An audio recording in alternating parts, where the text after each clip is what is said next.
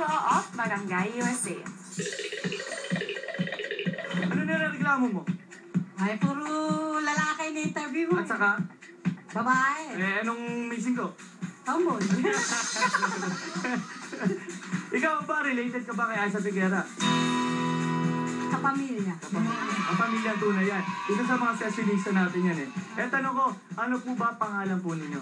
Ellie Cortez. Tito o? Tito, gusto mo tito ah? Yeah! What's up, dong? Yeah! Gaano ka nakatagal?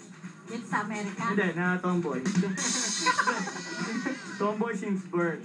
Alam mo, 35. pagdating naman niya sa sexuality, kung kay tomboy, kay bakla, kay babae o lalaki, sa panahon ngayon, pantay-pantay na tayo. Oo naman. Agree ka ba doon?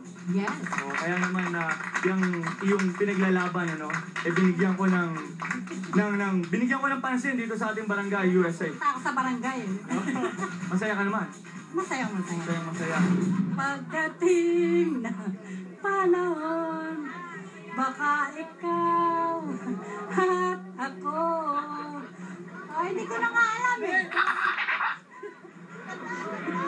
Pagdating ng panahon, baka ikaw at ako. Ano po yung remix ng pagdating ng panahon? Puro pagdating ng panahon. Tapos pagdating. Dahil masaya kang kasama, meron akong pagkakalob sa'yo, hatid ng Zoom. Okay? Eto na. Ay, ito po. Ang pinagkakalob ng Zoom, $50 po. Ipapadala niya sa mahal niya sa buhay sa Pilipinas. Siyempre, may delivery sila na 6 hours or less. Paano ka pa magulat? Ha?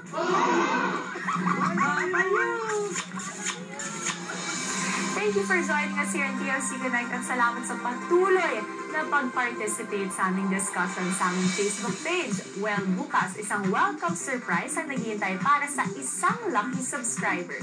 Muli tayong mag-bonding. Ako si Bianca Gonzalez at ito ang show kung saan kayo ang bida dahil close tayo sa TLC Connect.